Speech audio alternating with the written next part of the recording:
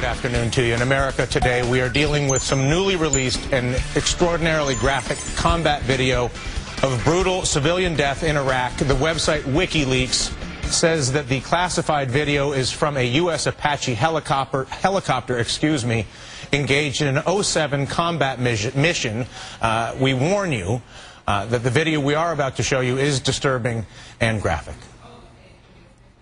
According to WikiLeaks, this video dates to July 12, 2007. It shows two men WikiLeaks identifies as Reuters journalist Namir Noor Eldin and his driver, as well as several others. Namir's camera strap is audibly mistaken for a weapon. He and another man are thought to be equipped with RPGs and AK-47s. Have 5 to 6 individuals with AK-47s. Yeah, we got a guy shooting. The Reuters journalist, his driver, and the other men assemble, and the helicopter opens fire. Light them all up. 202 traffic, 260s. Come on, fire.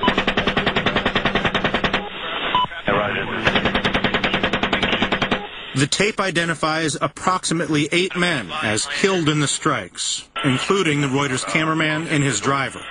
They are apparently assumed to be insurgents. Oh yeah, look at those dead bastards. Nice. Good shoot. Thank you. Later, a family and neighbors, adults and children inside a minivan, pull up on the wounded to try to help. They too are fired upon. Come on. Clear. While the well-being of the adults in the van has not been reported, the 2 children in the van were seriously wounded. Until now, the military had said it didn't know how those children were injured and that the people killed were anti-Iraqi forces or insurgents. Near the end of the tape, ground troops arrive on the scene, at which point a tank drives over one of the dead bodies. This guy just drove over a body. Altogether, 12 people are believed to have been killed in that particular series of events. We should point out that the information that we do have right now is from WikiLeaks, which is a group known for leaking sensitive government and corporate documents, which in the past have proven to be authentic. The group also says that Reuters had reportedly been trying to get the video using a lawsuit under the Freedom of Information Act, had not as yet been successful. And as for the other side of this story, senior military officials telling NBC News this afternoon that they believe that the pilots were convinced that they were firing on armed insurgents. This happened in an area where U.S. soldiers had come under fire in the past. The pilots thought that they needed to take action. The Pentagon says that it sees no reason to investigate this any further and that there have been no calls for an investigation. They see no evidence of criminal intent or negligence in this particular case. Joining us now is Julian Assange. He is the co-founder of WikiLeaks. Also here today, Brett McGurk, former National Security Council staff member and Afghan policy expert, currently with the Council on Foreign Relations, Lieutenant Colonel Anthony Schaefer, senior fellow and external communications director for the Center for Advanced Studies, and Glenn Greenwald, columnist, constitutional lawyer for Salon.com, joins us by way of Skype. Julian, I'll begin with you. How did you come to possess these tapes?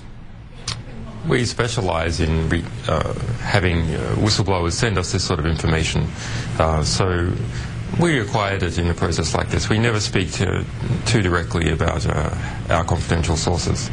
But you would point this to a military whistleblower, effectively? Yes, there were more than one military whistleblowers involved in releasing this material and surrounding documents to us. When we first obtained the video itself, that was encrypted. Do you have more tapes like this? Yes, we do. How many? I won't go into the precise number, but there was a rumor that the tape we were about to release was about a similar incident in Afghanistan where 97 people were bombed in May last year. We have that video. Do you intend to release that video as well? Yes, as soon as we have finished our analysis, we will release it. What is your intention in releasing these videos and acquiring these videos? Well, we can see in this case, we really have unique material that shows how modern aerial warfare is done. Hasn't been revealed before.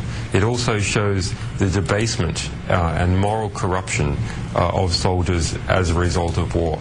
It seems like They are playing video games with people's lives, and even the mission itself, although many may argue with the correctness of that mission, is thrown out the window.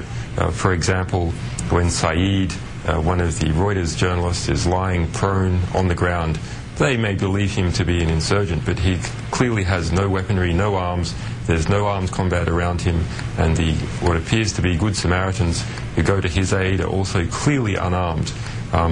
If he was an insurgent, they genuinely believed he was an insurgent, that wounded man should be interrogated and asked about what he was doing. But instead, you can hear on the transcript they're saying, "Come on, buddy, just pick up a weapon. All we need you to do is pick up a weapon," because under the rules of engagement, as soon as he picks up a weapon, he can be killed.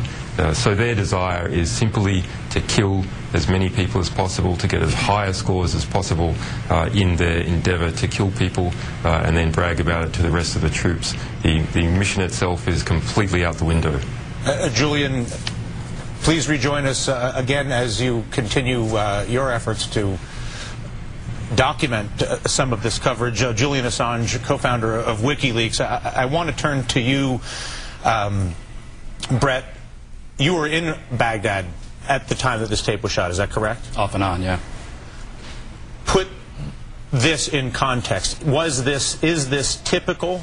Is this an extraordinarily rare event? And how does this event fit into the context of the narrative or the arc of reality on the ground in Baghdad, particularly in the context of the surge? I mean, this is the middle of the surge. Between April and July, we lost about 400 American soldiers in combat.